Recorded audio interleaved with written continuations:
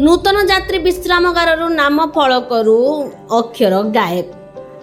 गजपति जिला सदर महकुमा पारलाखेमुंडी ठारे यात्री विश्रामगार गुड़िकर अव्यवस्था दिनकु दिन बढ़िबारे लागिछि।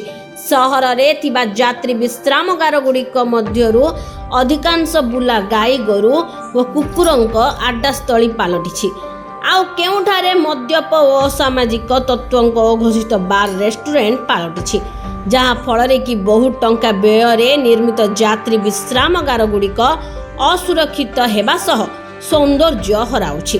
तार ज्वलंत उदाहरण पारलाखेमुंडी सहर जिला दौरा जज अदालत को जीवा रास्ता रे थिबा पौर परिषद द्वारा नवनिर्मित एक यात्री विश्रामगार रे देखिबाकु मिलिछि। पौर परिषद द्वारा निर्मित एही यात्री विश्रामगार नाम फलकरू 4टी अक्षर गायब हो जाइछि।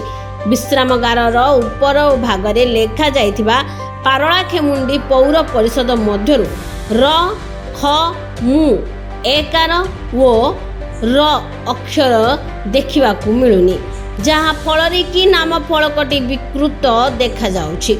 नाम फलक अक्षर गुड़िक लगाइबा कार्य अति निम्न मानर होइथिबारु ताहा खसी पड़िला बोली किछि लोक आलोचना करुथबा बेले आउ किछि लोक वर्तमान रथयात्रा चलीछि कौनसी मद्यप किंबा असामाजिक व्यक्ति नाम फलकटी को जानी सुनी भांगी देइथिबार मध्य आलोचना होउछि।